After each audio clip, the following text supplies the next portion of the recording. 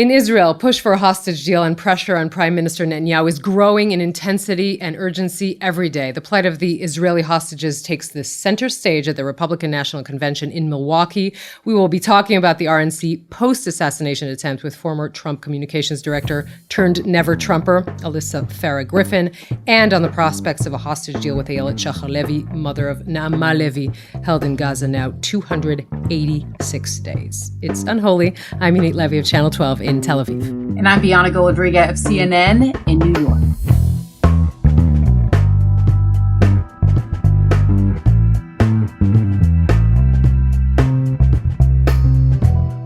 So unholy, two Jews on the news, different Jews this week. Listeners may have picked up on that. Jonathan is on book leave, and we are so happy and honored that Bianna could fill in for him. Bianna, thanks so much for being here. Anchor, senior global affairs analyst for CNN, and a dear friend of mine and a dear friend of the podcast. Happy and honored. You should save that until after the show, assuming everything goes well and I have big shoes to fill with Jonathan Friedland. I don't know how you've allowed this to happen, Yonit. It's a dream come true for me. I feel like a psycho stalker listener. I'm a huge fan of the show and of yours, and this is like a dream come true to be able to sit in for someone as indomitable as Jonathan. So thank you for having me.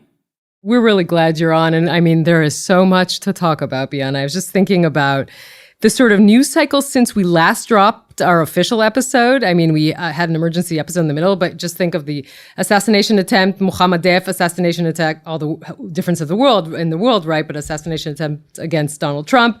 And the president has COVID. And J.D. Vance is the vice presidential nominee here in Israel.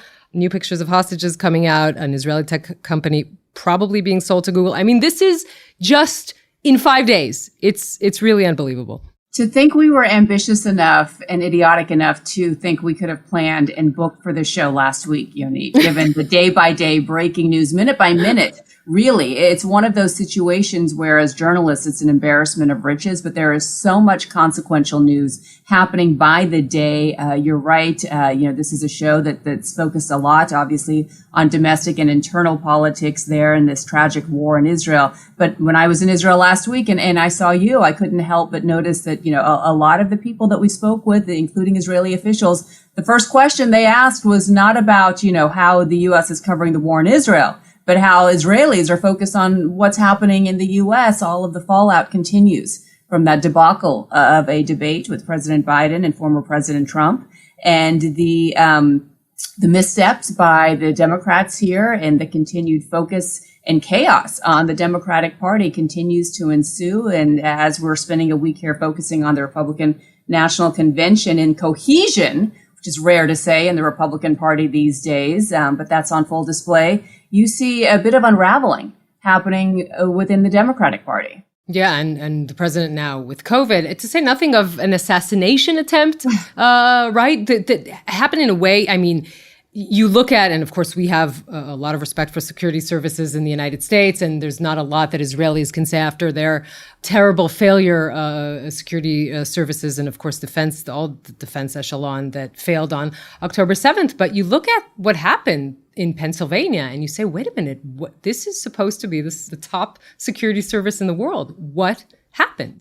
A lot of questions now for leadership at the Secret Service. The director of the Secret Service really coming under a lot of scrutiny, called for testimony before Congress, and questions about whether she can really hold on to the job after what we saw unfold on Saturday. Of course, new details coming out about the fact that eyewitnesses had spotted this shooter almost 2 minutes before that fatal shot, that attempted fatal shot that luckily just whizzed by the former president's ear. But again, we're talking millimeters directly in the line of sight for the former president. Defensiveness, I would say, the first few days from the Secret Service and from security here in terms of what they did and didn't do. The shooter was outside of the perimeter. But again, we're talking semantics here. When you talk to any expert, any former Secret Service agent, and we've interviewed many that says, how could this be possible that somebody could get on a building 150 meters away from the former president? So still a lot of unanswered questions, and thank goodness the shooter didn't accomplish what he sought out to do. especially given what they found him in possession of, more ammunition. He clearly had this planned. Yeah, I mean, and this is all, just laying the foundations for the big story of this week, obviously, which is the RNC, and we'll go on to talking a lot about that. But it seemed to me that it does show on him that he is, I don't know if humbled is the word, but the fact that this brush with death, and it really is a brush with death, did, land on him. The fact that he could have been dead, he was saved, you can see it on him. Or am I just imagining things? No, listen, I think we've been conditioned now as we've been following him for a number of years to almost laugh at ourselves when he asked the question, is this a different Donald Trump? Has he changed? And while I won't go that far, he has himself admitted just 24 hours after that attempted assassination that it did change him a bit, to the point where he rewrote his speech that we're going to be hearing at the finale of the Republican National Convention. But again, while he said he changed the speech to be more one of cohesion and unity, he did then say, here's what I was going to say about President Biden, and listed out everything that he thought of him. So there was some of the former Trump that still remains. And I think we would be naive to assume that this is a different person. But when you watch how all of this has played out, and that iconic photo that really is going to be in the history books here, however this election plays out, with his fist in the air saying, fight, fight, fight, just moments after that assassination attempt. Again, lots of questions about why security even allowed him to stand up in that moment, because there was still clearly a threat. They didn't know if there were other shooters. But that's what set off this week at the RNC. And then don't forget, there was a legal battle that he won, at least temporarily, here with a judge in Florida. A judge had been viewed as perhaps a bit too sympathetic to Donald Trump. He appointed her to the federal court, but she was overseeing one of the most consequential and damning of the 4 cases that the president was facing, the 2 federal cases, this involving the improper use of documents and taking them illegally to his home in Mar-a-Lago. There had been ample evidence of the documents just laying out in full display. We have reporting that this was the case that they were most concerned about within the Trump camp, and the fact that this, continues to be a consequence, it appears, from the Supreme Court decision on immunity, that just a few weeks later, we now have this judge dropping this case, saying case closed. Now, the special counsel has filed an appeal, and that will play out and take time, no doubt, and likely go all the way back up to the Supreme Court. But the big victory is that this definitely buys time for the former president, kicks the can down the road. There will not be a case, a trial before the election, and adds just yet more tailwind to his campaign. And all of the reporting suggests they feel like they have this in the bag. There is a lot of confidence right now within the Republican Party, and I would say deservedly so, given what we've seen unfold. Not only the sheer luck that the president literally dodged a bullet, and then others in many ways the past few weeks, but that we continue to see former President Biden stumble. Concerns about his age and mental acuity are not going away. Whispers, I think, had been dampened a bit in the push following that assassination attempt. But just this last 24 hours, we've started to hear more calls and more members of Congress. Adam Schiff being the latest, Nancy Pelosi really sort of, despite the fact that she's no longer Speaker Emeritus, wields a lot of power within the Democratic Party. And CNN has reporting that even she has spoken to President Biden, letting him know what she's hearing. And that is a lot of concern, not only about his viability, but about what this means down ballot for members of Congress. I don't want to sound too Jewish, but I'm going to have to quote to you what Bernie Sanders said when he talked about, is he concerned about Biden's 4 more years? He said, I have concerns about everything, and everybody should have concerns about everything. There's nothing more Jewish to say. I think it was pointed out on Twitter by Yonah Lieberman. This is a very, very Jewish thing to say. We will talk a lot about J.D. Vance and the choice and all of that and where the Republican Party is heading with our special guest this week. But I do want to ask you, there's a lot of Jewish and a lot of Israeli stories in the convention, particularly the story of the hostages was sort of front and center in the RNC. Let's talk a little bit about that and also ask maybe, will we see something similar to that in the DNC? Yeah, and that is, listen, I don't know. I have no idea, no insight into what the DNC is planning. No doubt a lot of expertise goes into this week for both parties because it is really a display for the country, for the party, a lot of showmanship. And on Wednesday night, it was quite an emotional scene to see where you saw the families of the 13 service members who were killed following that disastrous withdrawal from Afghanistan in 2021. President Biden, their family members spoke and their support for President Trump and the lack of support they say they received from President Biden. And that was followed by a focus on anti-Semitism. And then on October 7th specifically, there was a Jewish Harvard student by the name of Shabbos who came out and gave a very fiery, passionate speech, quite impressive given his age, to come out before that big of an audience. He's part of a lawsuit against anti-Semitism for Harvard University. And he spoke about just the virtues of being an American, of being an Israeli, how the two are synonymous with their values, or sorry, not an Israeli, as a Jew, as a Jewish American. He had previously been a supporter of Bernie Sanders. He was a registered Democrat. And and people can go online and follow his speech, but in a nutshell, said that he found more support in some of the statements and policies that the former President Trump laid out. Would he win another term? And you've covered this in great detail, just the outrage, the concern about the anti-Semitism, specifically on college campuses this past year since October 7th. The question, the slippery slope of whether that's free speech and whether that veers into anti-Semitism and hate speech, and ultimately the response of the universities from day one. And from what he said, that he was shocked that Harvard didn't condemn the attack and note the Americans who were killed and are currently still held hostage, and the lack of real of an impetus to stamp this out. And so that was a moving moment, and that was followed by the parents of Omer Narta, who was an American-born Israeli, and they too said their son was born a month after September 11th and loved America, loved Israel. You heard chants of bring them home from the audience, and you would expect to see the passion in Omer's parents and in Shabbos himself. But you really saw a lot of emotional support and enthusiasm in the right sense of the term. The tone was right for the message they were sending, condemning anti-Semitism and unity and supporting bringing the hostages home.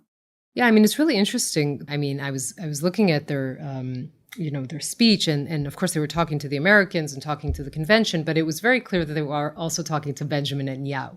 First of all, it's safe to say that Netanyahu himself would feel very at home at the RNC, but also that they were speaking and they knew that it is a message that he will hear. And I think we'll talk a little bit about where the hostage negotiations are. It is important to say that there have been issues of anti-Semitism coming from the right, definitely in the Trump years, definitely among Trump supporters. And Trump himself, he's dabbled in with some of those far right-wing, white supremacists that have said anti-Semitic comments. He had famously had a few of them over for dinner at Mar-a-Lago. So, yes, it's interesting how this conversation has veered since October 7th, specifically to a problem on the left.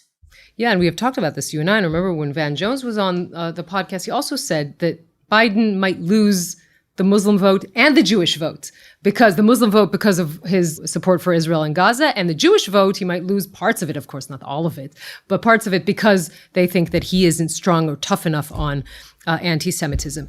So should we talk a little bit about what's been going on here in my neck of the woods? Yes, please. Vis-a-vis the hostage deal, which is, again, this week as well, the main headlines here when you see the chief of staff the defense minister, head of the Mossad, all of them saying as clearly as you can, there is a moral imperative. Now is the best opportunity to bring back the hostages because Hamas is at its weakest point. When the head of the Mossad was quoted saying in a cabinet meeting, the girls don't have time. This is his quote. That is very clearly saying if we don't bring them back now, it is a death sentence. So everything is very, very clear and on the table. We also saw this week the harrowing photos of the 5 surveillance soldiers in Gaza already a few days after they were abducted. I'll remind our listeners that we also have seen a few months ago the video of the actual footage of them being abducted from Nahal Oz. There are Karina Arayev and Daniela Gilboa and Agam Berger and Liri Elbag, and of course Naama Levy. We will be speaking to her mother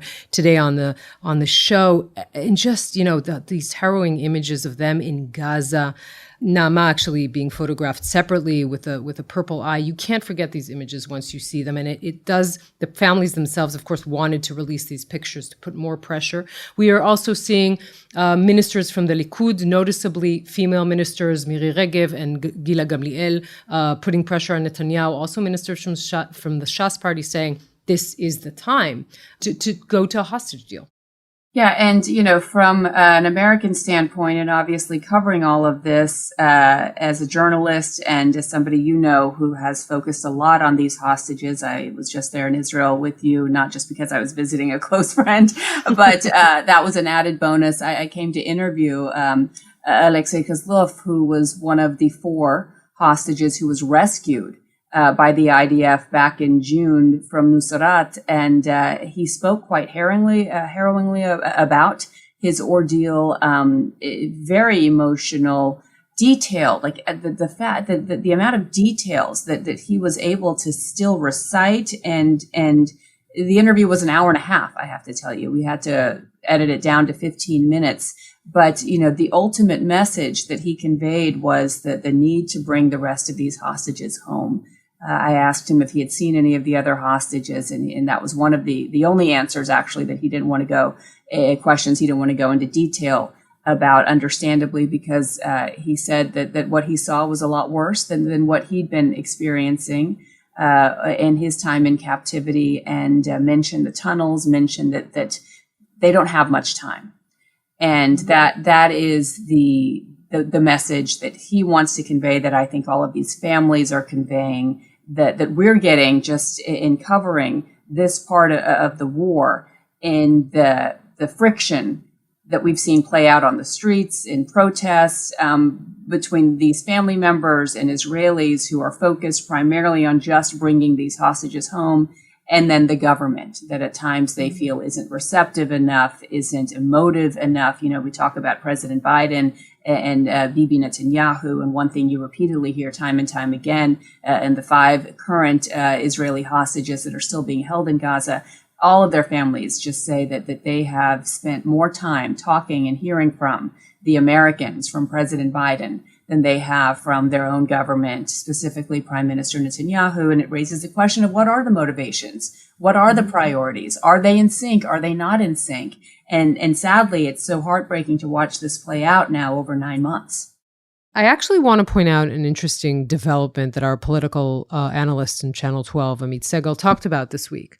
Amit is actually assessing that Netanyahu does want a deal. His obstacles obviously being Smotrich and Ben-Gvir. So he's trying to figure out how to sell the deal to them. And he's essentially saying to them, look, the Knesset is in recess from the end of July to the end of October. You can't topple the government anyway. So let me address your concerns. The deal will allow for terrorists to be released from Israeli prisons, but they won't be released to the West Bank. That's one thing that he's promising them. He's also promising to find some sort of concession to assuage their concerns about the Philadelphia line, which is the line through which Hamas would smuggle weapons from Egypt. And he's saying there will be concessions regarding that, and we'll find a way to have some sort of Israeli control there. I don't know if that can actually be done. And the other thing is, if you're worrying about the war being over, he's saying to his far-right ministers, don't worry, because after the first stage of the deal, we can return to some sort of fighting in Gaza. So that way Netanyahu can give the deal that the public clearly wants. You see that in every poll. Also, possibly calm down the northern front. Perhaps even, and this is like a few steps forward, go forward on the Saudi track. All this time, his coalition partners begrudging it, but not dissolving the government. So that is something that he is maybe banking on in the next couple of weeks. And of course, Yonit, we have the highly anticipated speech before Congress next week of Prime Minister Netanyahu. It's something that, is viewed very controversially. He's done it in the past. And yet just within the last few weeks, you can't help but think how any of this is going to impact what he will be saying, how he will be welcomed, whether there will even be a candidate Biden. Obviously, President Biden will still be here, but if President Biden does decide within the next few days that he will no longer seek the nomination for the Democratic candidacy for president, and that, of course, leads to the question of not only what the relationship between the United States and Israel will look like specifically as it relates to the war, the relationship between Prime Minister Netanyahu and President Biden these next 4 months leading up to the election, and perhaps whether or not Prime Minister Netanyahu may have a run-in, may reach out, may have some sort of encounter with former President Trump, which leads us to our first guest who knows the former president quite well, a man who's been in the spotlight quite a lot this week, Alyssa Farah Griffin.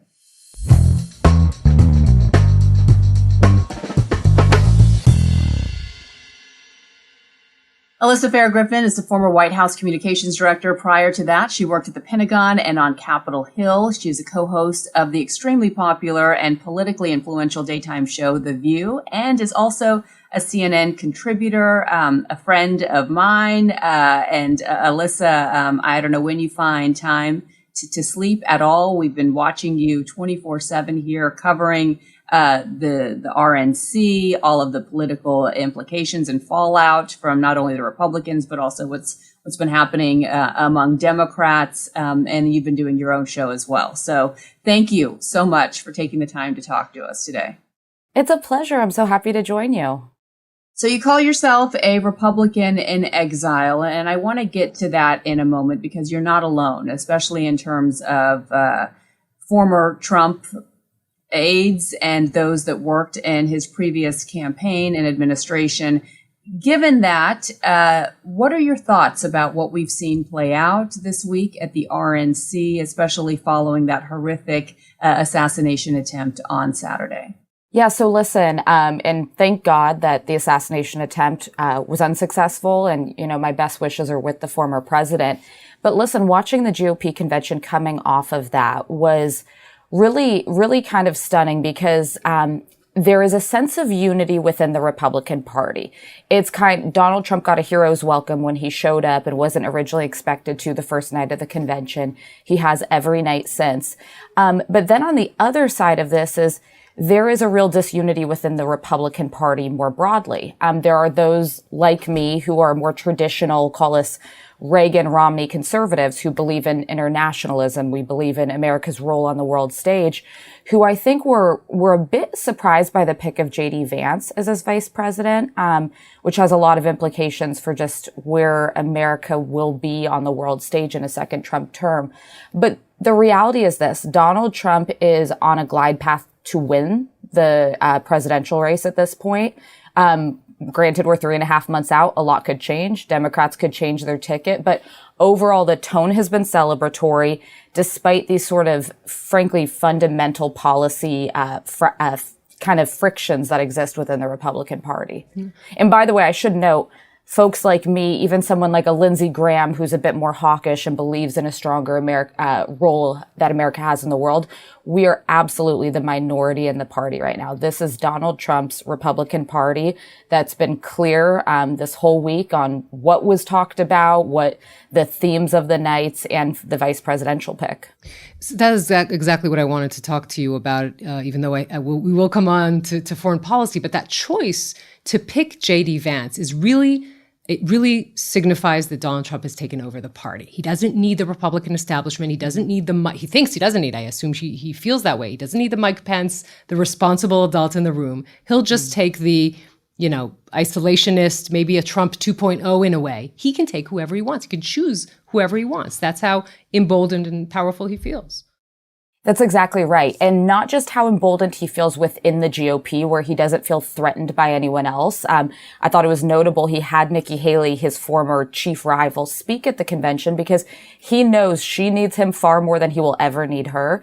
But he also feels emboldened just nationally in this race. Joe Biden is underperforming where he should be. He's losing in key swing states outside of the margin of error. So I think the choice of Vance, which it's been reported that Donald Trump waffled up until the last minute, that he was still kind of deciding who he wanted to go with.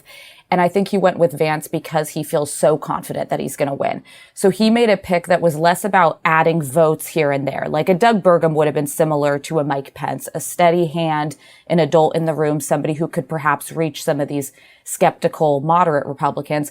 He instead went with a legacy pick. He went with Donald Trump 2.0. He went with somebody who can carry his policies on after he leaves office. And it's an interesting pick because what I'll say about J.D. Vance is he's got this incredible life story. We know hillbilly elegy, his pulling himself up by the bootstraps, going on to be a Marine, going to Yale Law School. But he's an incredibly polarizing figure as well. He's taken this in the last few years, this bent from being a chief Trump critic to being someone who praises him, who praises conspiracy theorists like Alex Jones, somebody who says, frankly, I don't care about Ukraine. So there's plenty of vulnerabilities and things to attack him on. I would also say on like women's reproductive health. That's something he's taken an incredibly hardline stance. But the Democrats are in such a position of disarray. I haven't seen them even emerge to be ready to litigate that case against him effectively. Given that and the continued fallout from the debate, let's acknowledge that former President Trump is the showman and he wants to put on a show. He wanted this guessing game, the waiting game. Who is the VP going to be? And we once again, fell for it. We followed it to the last minute. Apparently, J.D. Vance didn't even know until 15 minutes prior to the announcement being made. How much of an impact do you think the fallout from the debate and then all of the chaos we've seen ensue within the Democratic Party itself impacted his decision to ultimately go with J.D. Vance, to your point, really feeling locked in and confident that this is theirs to win? He's extremely confident. And the only thing that keeps Donald Trump up at night right now, if I had to guess, would be if Democrats change a candidate, because that could become a different race.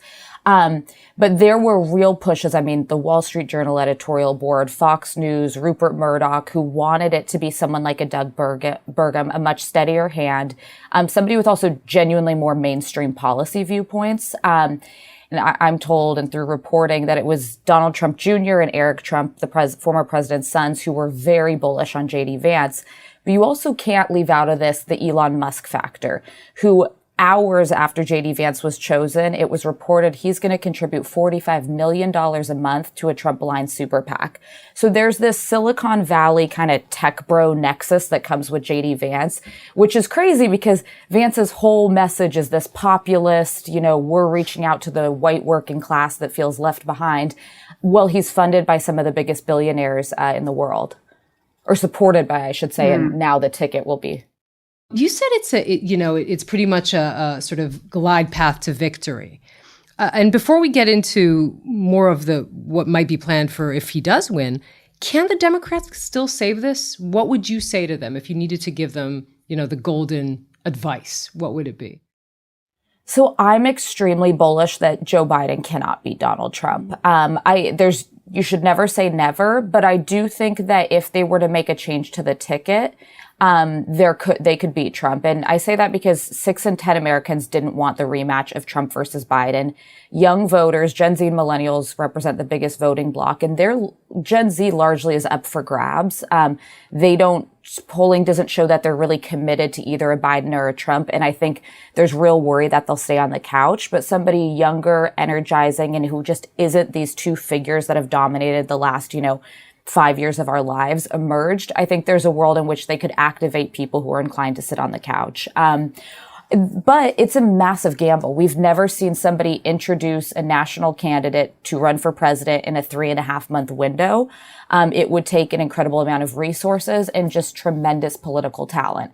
Because I do want to note, like J.D. Vance last night, I expected him, based on having read Hillbilly Elegy and knowing his life story, I thought he was going to knock it out of the park. I thought this was going to be a story that, him telling his story, introducing himself on the stage, and would really resonate with people. And it was a little disjointed to me. It wasn't with a bio like that. I just thought he would have done something much more.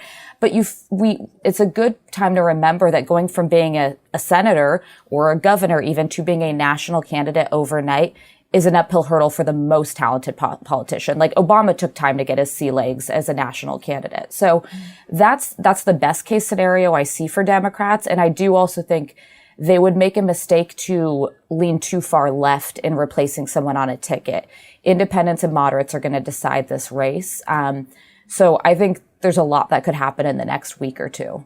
It does appear that the dam is breaking, though, even within the last 24 hours. Alyssa, I don't know if that's the vibe you're getting, but that clearly from our reporting at CNN, the fact that you have Chuck Schumer and Hakeem Jeffries and reporting about Nancy Pelosi, it's not just coincidence that all of this is coming out now. And I'm curious, it's strange bedfellows that you have Black Democratic women and Donald Trump and his supporters on the same page, both wanting President Biden to stay in this race. But that may not be feasible in the days to come, and we'll see what the fallout may be. But then the question turns to who, and whether that is Kamala Harris, and what Kamala Harris brings to an advantage for the Democrats in the sense that she's a known quantity, right? This may be an easier process. Perhaps, she's been polling a little bit better and definitely better than Biden as of late. She has a strong prosecutorial background. She can address some of the issues that the Republicans have really taken hold of as their agenda, crime, border, all of that, even though border seemed to have been one of her biggest hurdles early on. How would a Kamala Harris and, fill in the blank, whoever her VP would be, how would that impact the trajectory of this race for Republicans?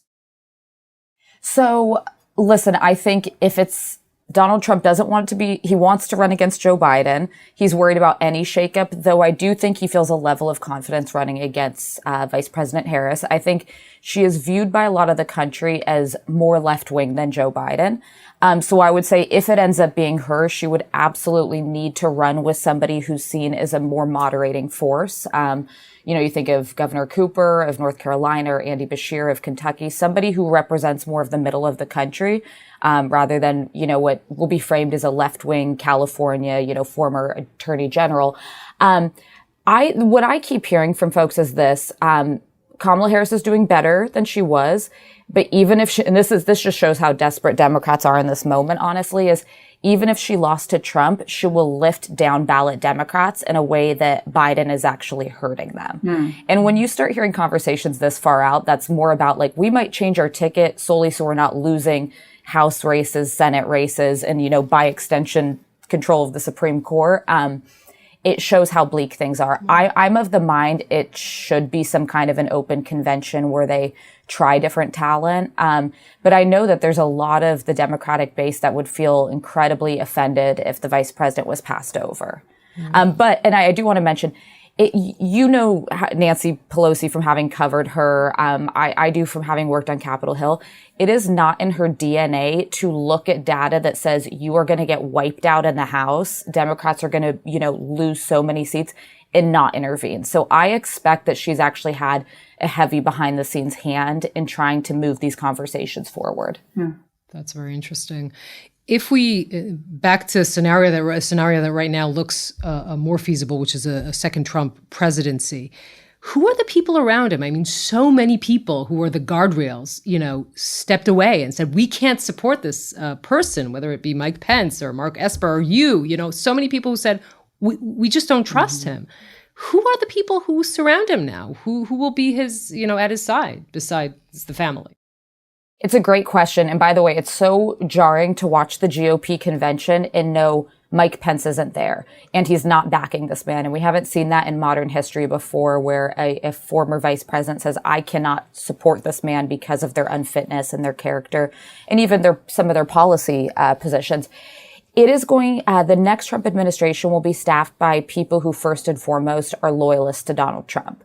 There's been an effort underway through the last 4 years to kind of start identifying those people for senior roles. His former very close aide, Johnny McEntee, has just been keeping basically a Rolodex of people who are loyal to him and also lists of people who are not, who shouldn't be considered when he wins. So, I expect it's, the bright line, the litmus test for the vice president, was, would you have done what Mike Pence did on January 6th? And everyone who auditioned had to say, no, they would not have certified the election. You can kind of expect that at the cabinet level. I think about some of the national security roles that are going to have to be filled. And that's what's probably most alarming to me. You're not going to have Mark Espers, you're not going to have John Kelly's in some of these defining roles, or Jim Mattis's.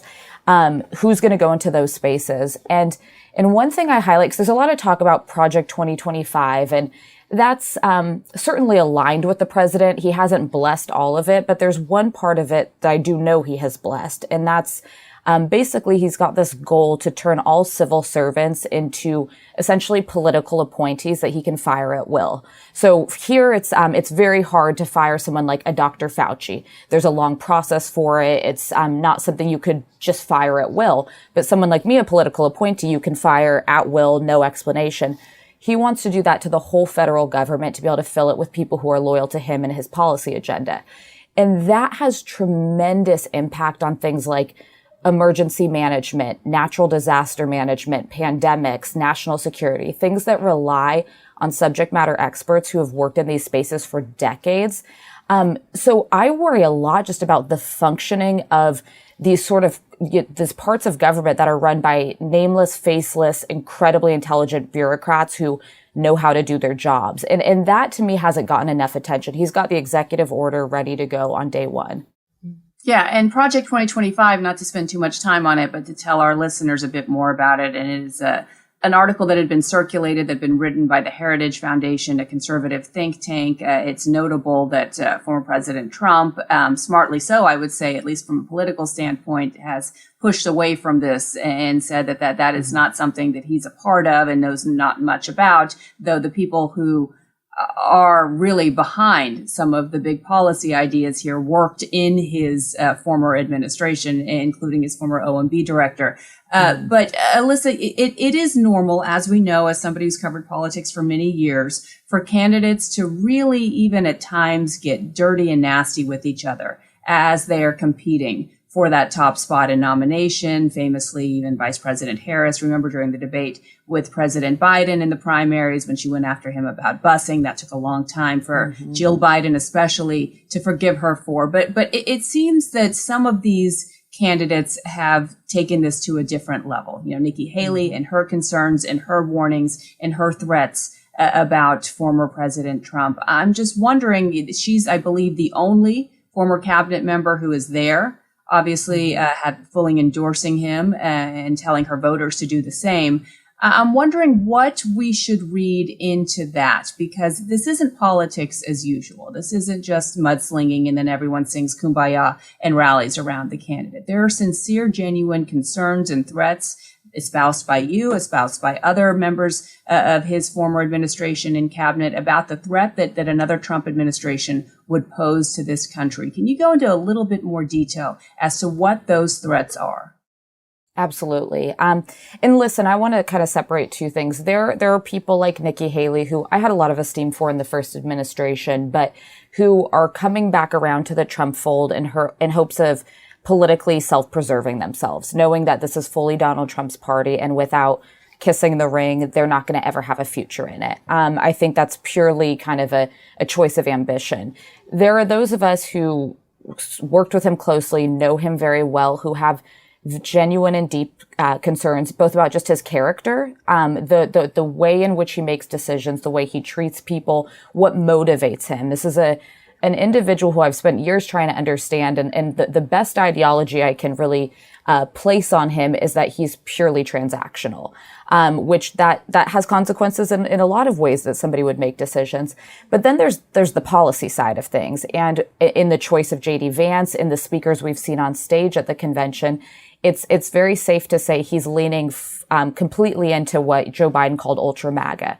It's this nationalist populism where we demonize immigrants. I've been to every GOP convention since at least 2012, and to see people waving signs that says mass deportations now, that's never been how Republicans talked about immigration, securing the border, and dealing with the undocumented population in this country. But that kind of language has been mainstreamed. We have done a complete realignment on foreign policy. And I don't mean to harp on this point, but it has huge consequences because there is a war in Ukraine right now. There's the war between Israel and Hamas. There's a lot of just issues that are going to be unavoidable for Donald Trump to have a heavy hand in and a role in. And he is now with somebody as a VP who just fundamentally thinks that America should not be involved in many of these things. And I think that you can't ignore kind of the social issues, the issue of around abortion and others, that Donald Trump may not have any core convictions around how he feels about these. The people around him want to see hard right policies put into place. It's honestly so far out of the mainstream of what Republican politics was even just 10 years ago, what he will look to do in a second term. And also the most important, I mean, this is a man who tried to overturn a democratic election. Right. The notion that he's going to uphold our norms, that he's going to allow there to be an independent Department of Justice, that he's not going to use it to weaponize and to go after his political adversaries is kind of absurd. He's told us very clearly what he's going to do in a second term. Which is when you left, right? It was after that moment that you decided to leave after January 6th? I left a month before January 6th. So basically, after the election was called for Biden, I stayed for about 2 weeks, and this talk was starting to enter the public space of they were going to challenge the election. The election was stolen. And I was just very uncomfortable with it. I think that, listen, the RNC absolutely had the right to try some of these cases early on in court. But once case after case was knocked down, there were over 60 cases that they lost. There was no path for recourse. There was no turning around the results of the election. And when the rhetoric shifted to it was stolen, we're going to challenge it. I've shared this before. The former White House chief of staff, when I told him I was resigning, said, "What if I told you we weren't leaving office?" And to me, that made me tender my resignation that day. I wasn't even going to wait another day, because that's just anti-democratic speak right there. There would be no legal, lawful, constitutional way that we would have stayed in office longer. So is it hyperbole, Alyssa? Because we've been hearing for years now, the past several elections, that this is the most consequential election of our lifetime, that democracy is at stake. I mean, the fact that you have a former president who wouldn't accept the results obviously helped incite what we saw on January 6th. He's gotten a lot of luck thrown his way, given how the Supreme Court has ruled in some of these other cases against him. But that doesn't deny what we all saw with our own eyes on January 6th and his actions ever since. He has yet to say now that Joe Biden was fairly elected, and he has yet to say that he will accept the results of this election, though I would imagine, given the trajectory it's headed in now, he likely will.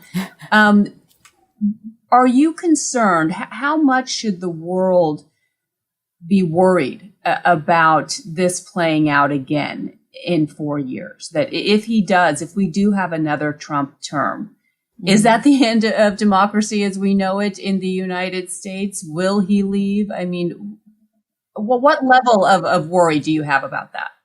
It's a great question, and I've tried to calibrate myself on it in light of recent events and just in general wanting to make sure I'm never being an alarmist. And where I've landed is this: Donald Trump is the most dangerous candidate for president certainly of my lifetime, I would say of multiple generations, for a number of issues. And it is the biggest to me is just his genuine anti-democratic approach to governing.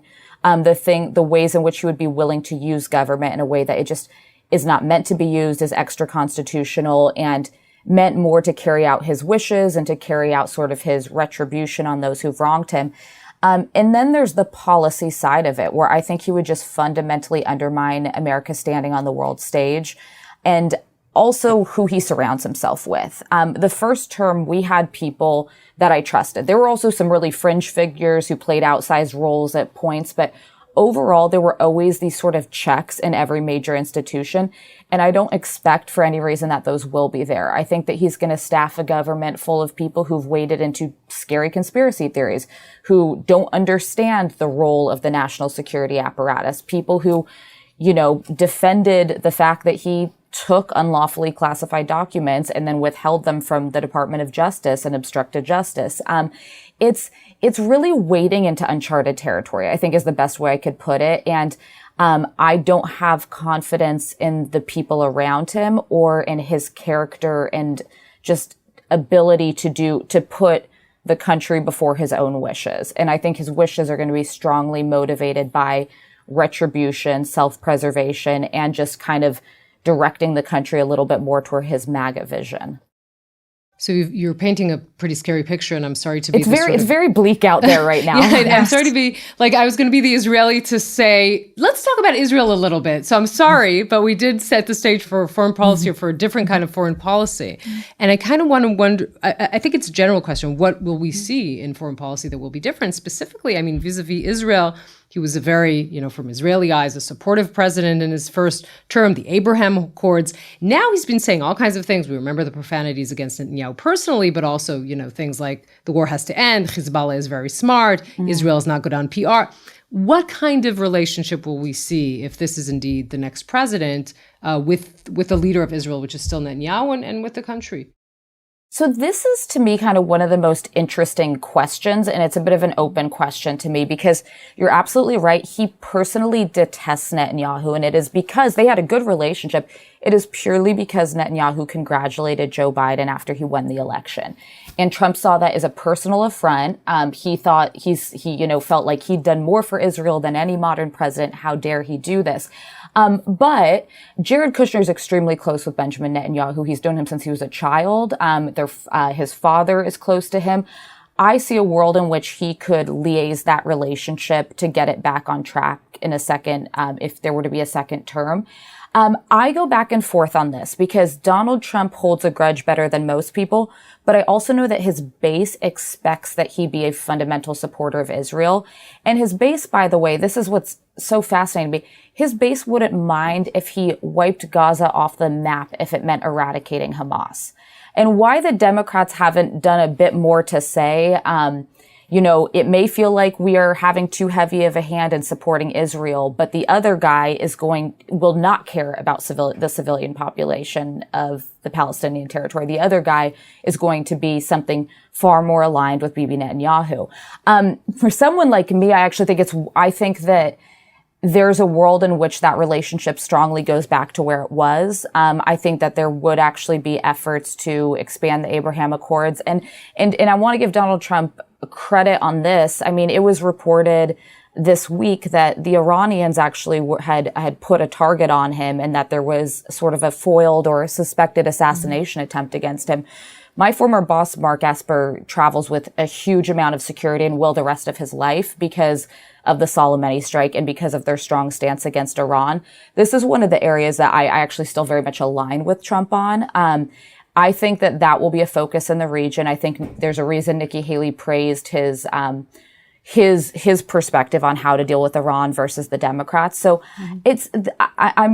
I'm very curious how this will play out, but I could very much see the Netanyahu relationship healing because he sees support of Israel as more fundamental to his supporters than the personal relationship or lack thereof, I should say. Yeah, and we saw that on full display this night at the RNC, just the number of supporters there, Israel and of the plight of the hostages. It was very moving to see the opening night of the prayer for the hostages. We heard from the parents of a hostage as well as a student at Harvard who was suing the school over anti-Semitism. It may be a situation, again, you never know what you're going to get with Donald Trump because as you said, he is very transactional. What he says one day may not hold the next, but it may appear at this point that Israelis have a lot more wiggle room to breathe a sigh of relief if he is in fact in office again, as opposed to, let's say, the Ukrainians, because we know there was a lot of concern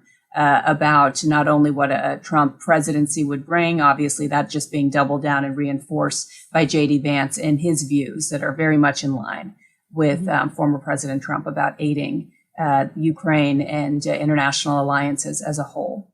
Very much so. I would agree. They're separate. They're seen differently. And I actually expect that Donald Trump would have a much more pro-Israel stance, whereas I do not expect that with Ukraine.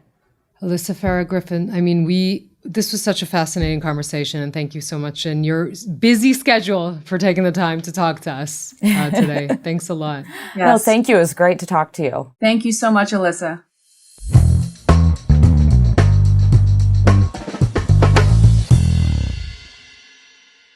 Well, I thought that was fascinating to hear from an insider there who knows the Trump orbit quite well and has been really signaling warning signs for years now about the dangers of another Trump term, what that may entail, and so many unknowns. Who will be advising this man? Who will he be listening to? This is a different Trump in many respects. He feels emboldened. He knows Washington, D.C. He's not going to be told what to do. And a lot of the institutions that have held up thus far, there's questions about how much resilience they have in another Trump term if he does follow through on some of the very bold projections and goals that have been set out.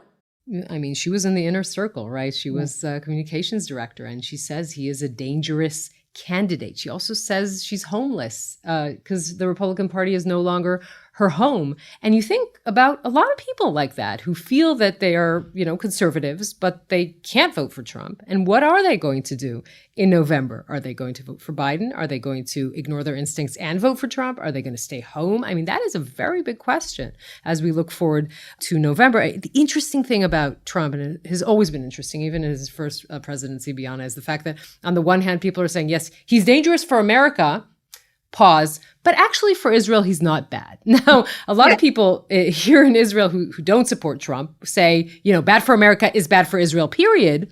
Yeah. But it's a very interesting discrepancy in the fact that for Israelis, they see the Abraham Accords, they see the fact that he moved the embassy to Jerusalem, his support of Israel.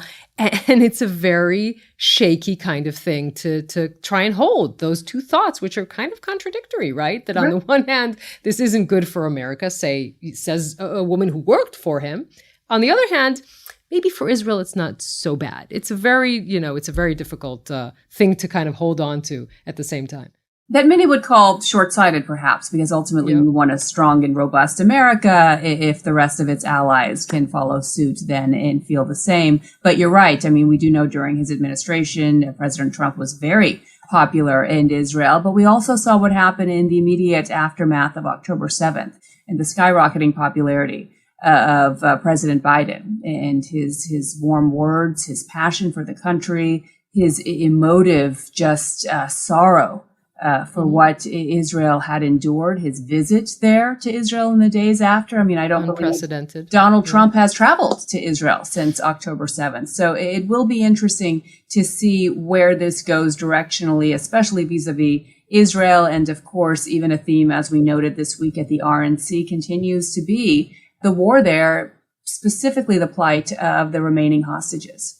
And that leads us into our very important other topic of the week. The big story in the United States is definitely the RNC, but the big story here is still the plight of the hostages and that feeling like we might see a deal when all of the security echelon here in Israel is pressing the prime minister. The politicians from his own coalition are now pushing him towards this, and that we might see, because Hamas is at this weak point after the assassination attempt that was probably successful on Mohammed Def, that we are seeing a point where this can actually happen. And we have been, when we discussed this episode that we will do together, it was really clear to us automatically that there is one woman that we really want to talk to together. We have been talking to her separately over the past couple of months, but that we really wanted to bring her in to talk to her because she has the closest and the most personal view of the hostage story.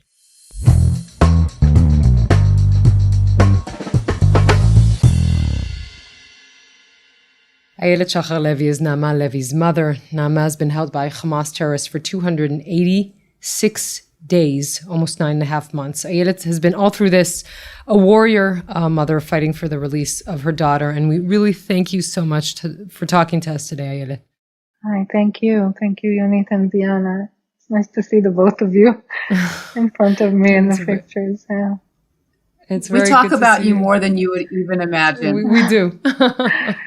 We really do, because I think we are, and many Israelis and many Americans are in awe of your inner strength and your resilience and your ability to hold up this fight for your daughter together with the other families. It really is a remarkable thing to see. I know that you would not for a millisecond think about this at all, this new role that you have in Israeli public life, and you would give it up in a heartbeat just to be 9 months back. But you really are something that I think Israelis look at the strength.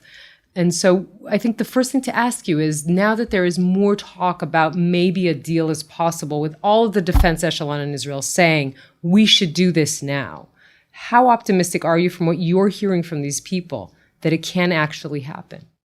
I'm optimistic. I'm definitely optimistic because I'm hearing this very loud and clear and not like before. I mean, this is different now. I'm hearing it very clearly that the whole defense of Israel is seeing this as all the terms are ready and in place to be able to proceed with the negotiations and to bring this deal, to seal the deal. So I am optimistic.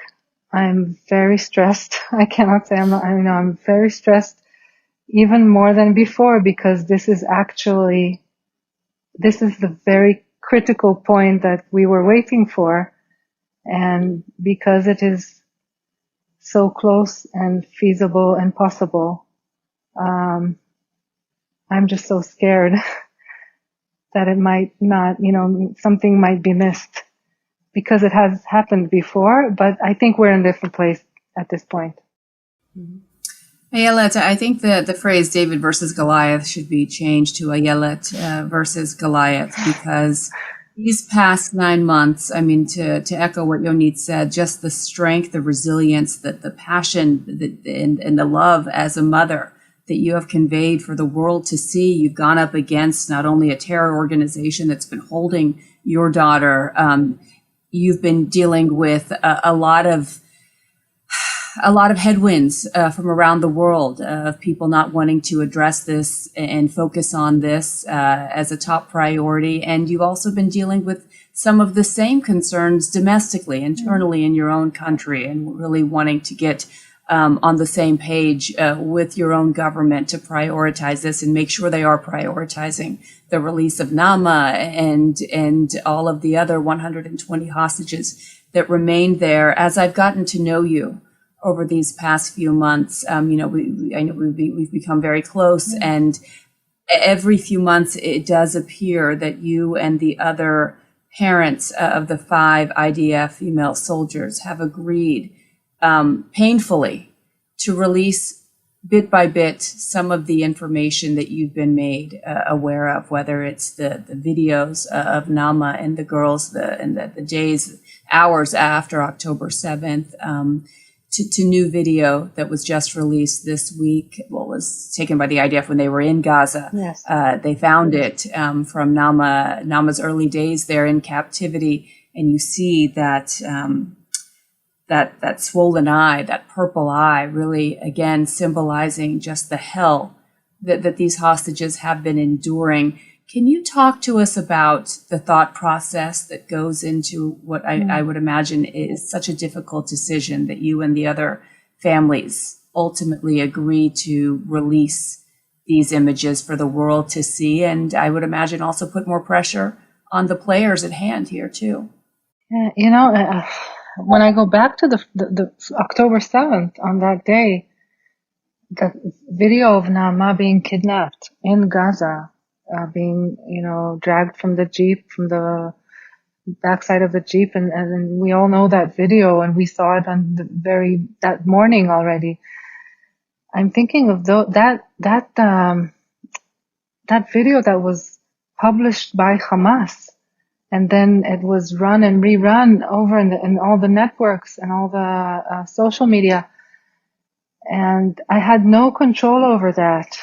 And it felt like, that's my girl. You can't show that all the time. It can't be. We were in shock, of course, at that point. But I'm just, looking back at those moments and thinking of that footage going over and over again.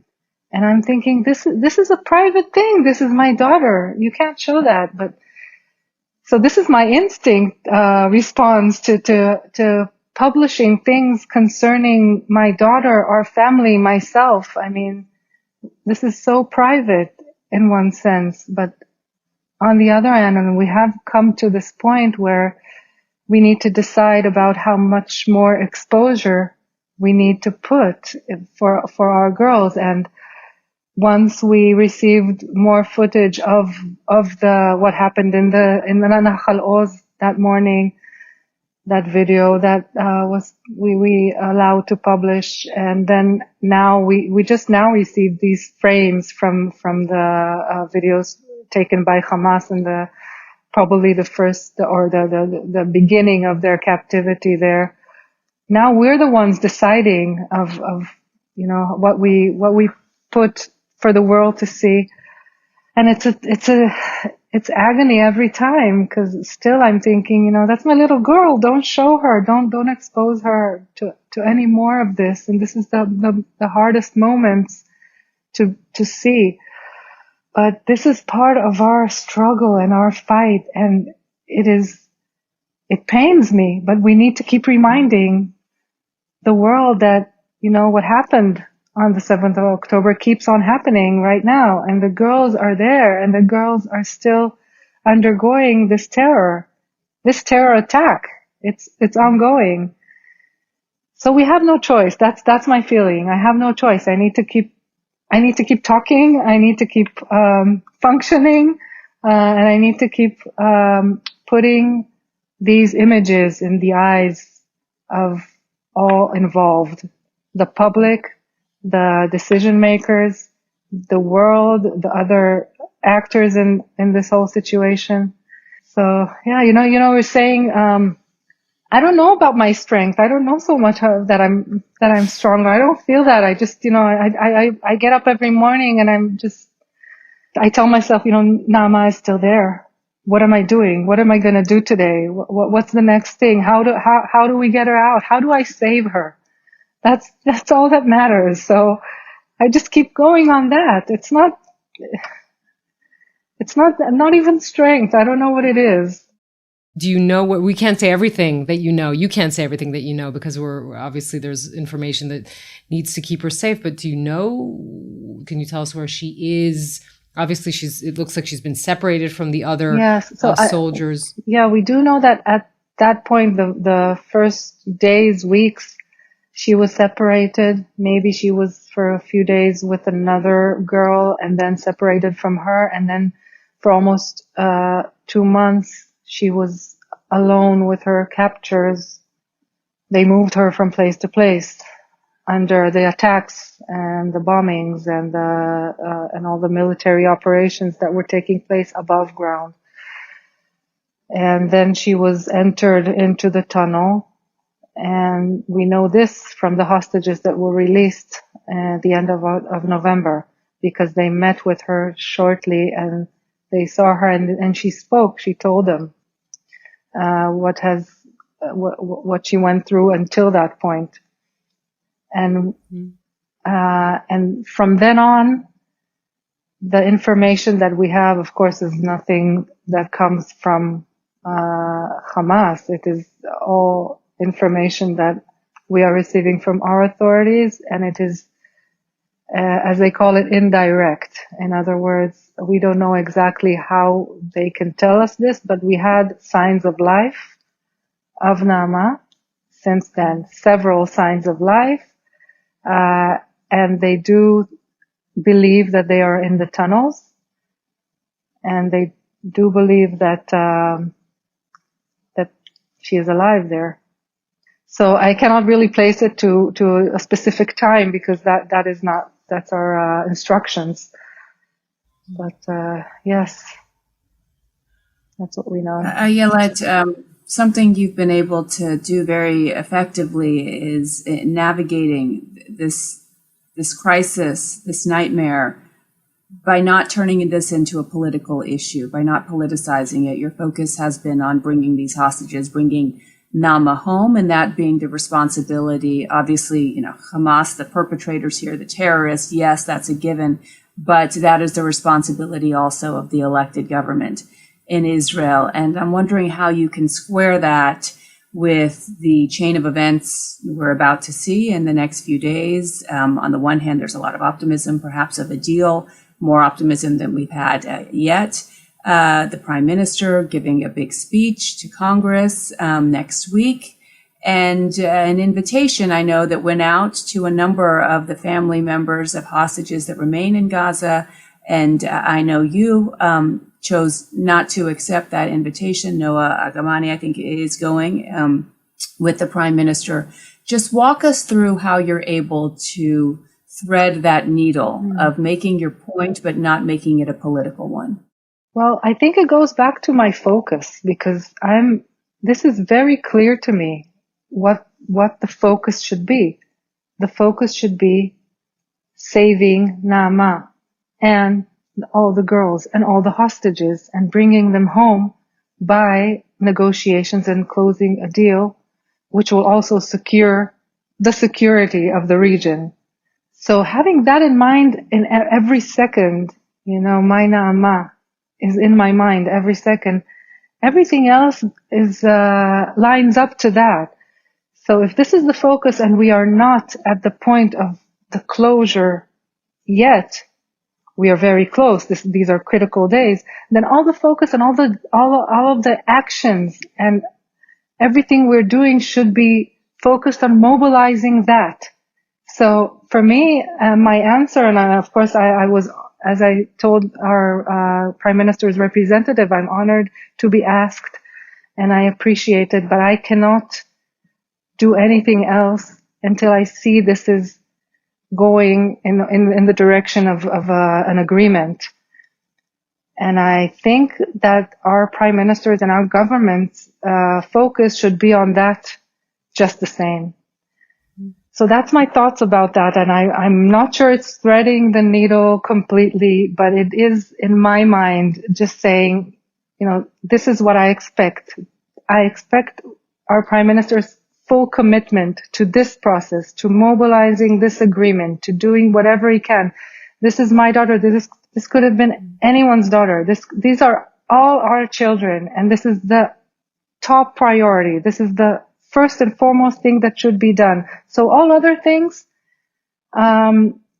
should not distract us, should not distract the government from this focus. And this involves more. As I said, this involves more than returning of the hostages, which is, of course, the most urgent thing because their lives are in danger every second. But it involves more. And, you two can say more about that. I don't know how to explain it, but it involves, a solution for the whole situation, for the region. It's because that is what many think, that this will at some point end the war if there is a deal, and then the northern part of Israel and the skirmishes there will also be toned down. That is what many people think. But when you look at the polls and you see that 64% of Israelis, this is a poll that Channel 12 published just this Friday, 64% of Israelis say they support the hostage deal. Now, when you analyze that from the political element in it, right, 85% of Netanyahu's opponents support a hostage deal, and 46% of Netanyahu's supporters support it. And there are many from the Israeli right who say, releasing prisoners is giving Hamas exactly what it wants. We release their prisoners and they'll release our hostages, which is a good thing, but it will lead to more, abductions like this, and it will only embolden Hamas, and the war doesn't need to end. I'm sure you meet these people and you try to talk to them. Yes. What do you say to them? Sometimes I say it from my medical point of view, being a physician.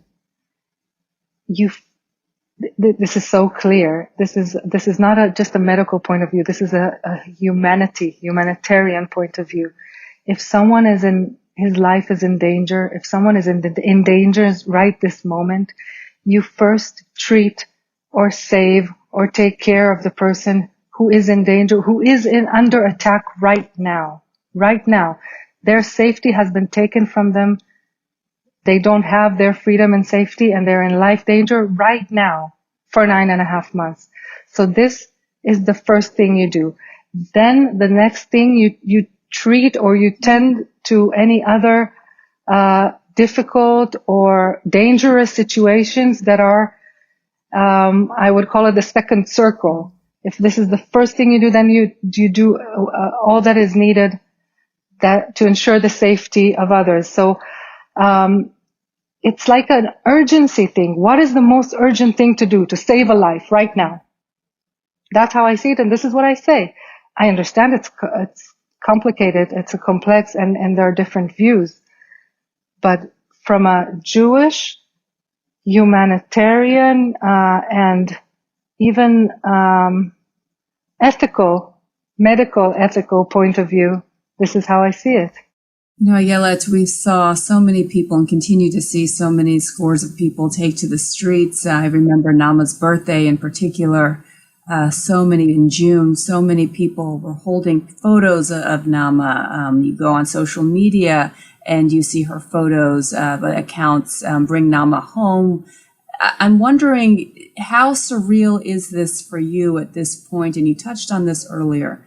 And you have 3 other kids. You have your medical profession as well. And then you have this chapter of your life, because this will be a chapter that I am just convinced will come to an end, and Naama will be back with you at home. I just tell myself that, and I tell you that all the time, because there is no other option in my view. Naama has to be back with you. But when you compartmentalize what you see playing out on the streets and in everyday life there, focused on the war, and Naama, your professional life, how do you go about approaching that?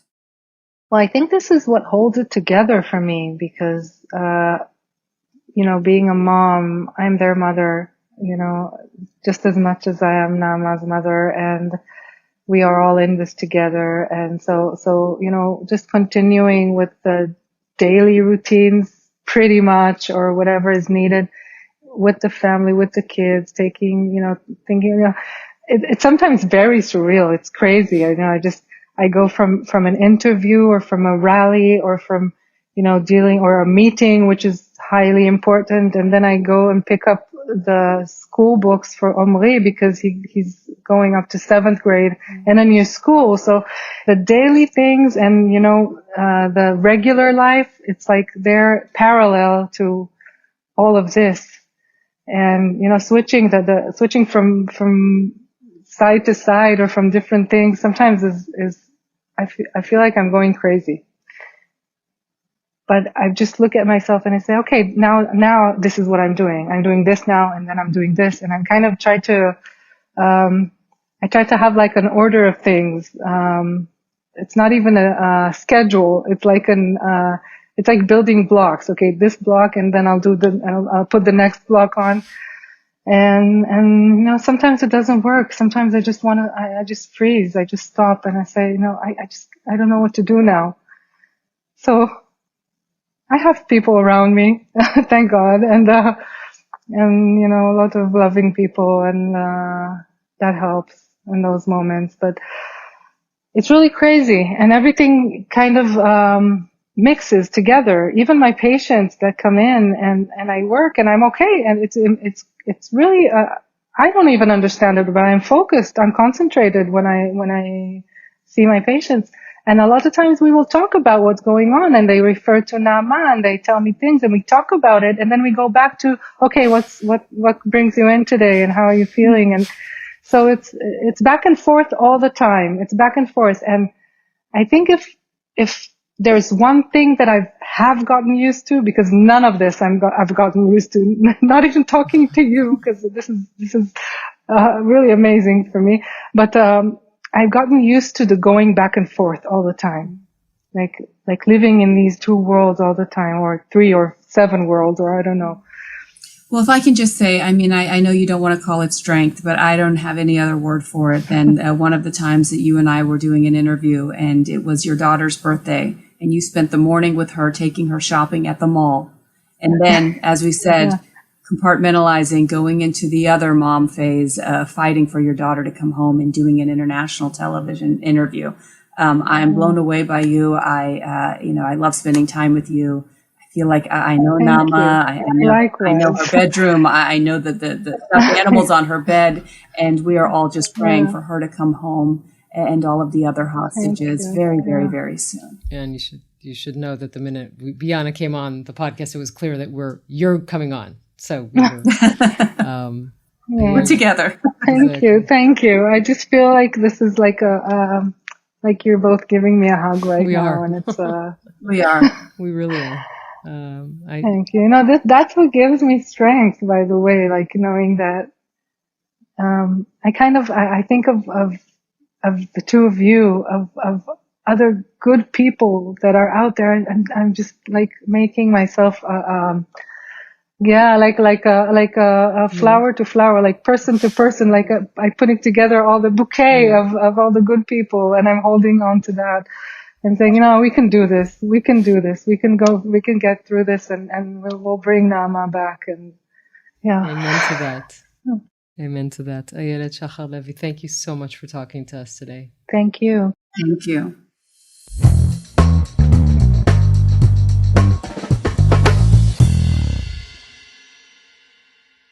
Yonit, every time I speak with Ayelet, it's just, I'm blown away at just how natural she is, how warm she is.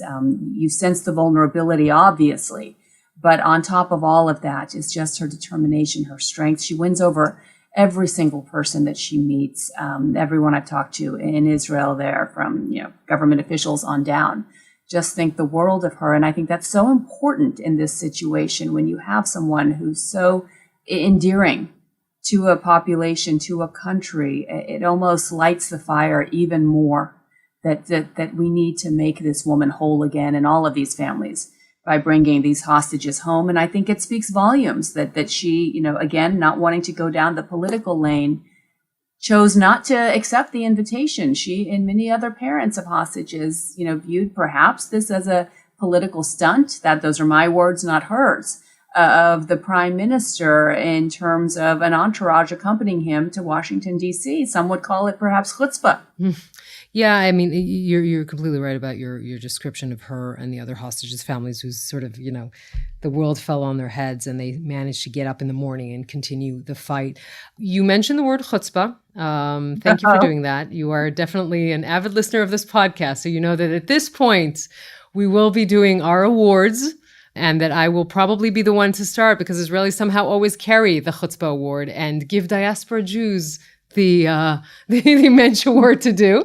So the Chutzpah Award, and this connects to everything we have been talking to vis-a-vis Israel in this episode, connects to the story. It's Tzachi Hanegbi. He's the head of the National Security Advisor for Netanyahu, a political appointment, definitely one of Netanyahu's supporters, giving an interview this week on Channel 12 to Rafi Reshef, a very prominent journalist, and being asked about October 7th, saying, well, there was a mishap of October 7th, which, I can't begin to even explain the problem with calling October 7th a mishap after, from an Israeli, right?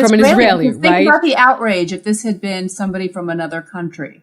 So there was a lot of outrage in this country, for sure, and also asked why Netanyahu did not visit, for example, any other kibbutz, but the kibbutz of Nir Oz and its people who have been evacuated. Nir Oz really being the black hole of October 7th, a kibbutz that the military didn't even arrive at, and 1 out of 4 of its members are either murdered or taken hostage. And he said that Netanyahu doesn't have time. Again, it's one of those moments where you think maybe this wouldn't be the best representative to send to the media if these are the messages. But again, a lot of, public outcry after what he was saying. Netanyahu has enough time to visit the people of Nir Oz and other kibbutzim for sure, because they are people who have been hurt the most by what has happened, and he needs to speak with them. I mean, that is not in question. Yeah. It reminds me of those who have described the events of January 6th here and the storming of the Capitol as just tourists who happened to be walking through the Capitol, perhaps a bit too excited. So yes, I think this is a well-deserved chutzpah. And again, not the first time that members of this government have been criticized for their poor choice of words. Indeed. You get the Mensch Award. I'm so excited to get the Mensch Award. Apropos, I guess, as you said, a Jew in the diaspora, always trying to think positive, at least. In this time of just one bad headline after another, just a gut punch of a news cycle, it's hard to find inspiration. But I think, listen, Simon Cowell, his friends over at America's Got Talent, maybe filled that void, at least temporarily, with a beautiful, beautiful performance by the Jerusalem Youth Choir, where you have both Israelis and Palestinians singing of what? Singing of hope. If there's one thing that can possibly reinforce that message of hope, it's to see young people, to see children, especially at a time of such division during war, to see that there is perhaps hope. And you think of Naama Levy, who in that horrible video says, I have friends in Palestine, that this has been a mission of hers as well, to reinforce this idea of us not always having to be enemies, that Jews and Muslims, Israelis in particular, and Palestinians can work together, can sing together in this case. Yeah, let's listen to a little bit of that. 'Cause I'm gonna make this place your home.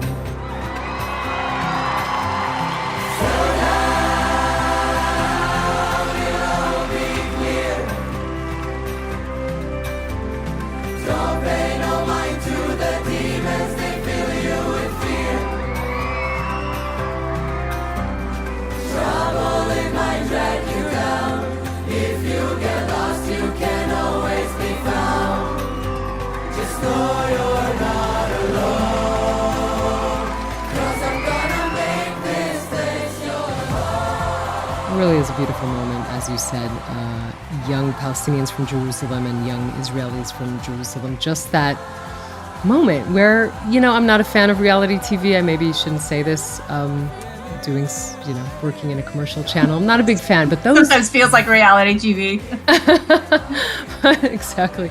But this sort of, that moment, which is always authentic, when people just open up their mouths and sing so beautifully and in such an inspiring way. It's just a beautiful moment. Very good mensch pick. My mensch of the week is Bianna Golodryga for coming on Unholy as the very first guest co-host. Bianna, thank you so much for that.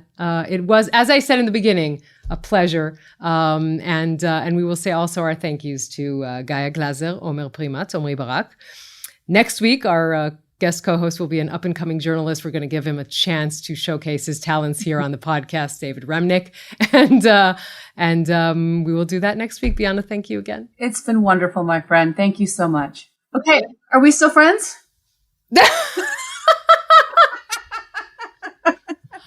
We are more friends than we were when this started. And I'm keeping this in the recording. I am so lucky that I did not press stop. That is all staying.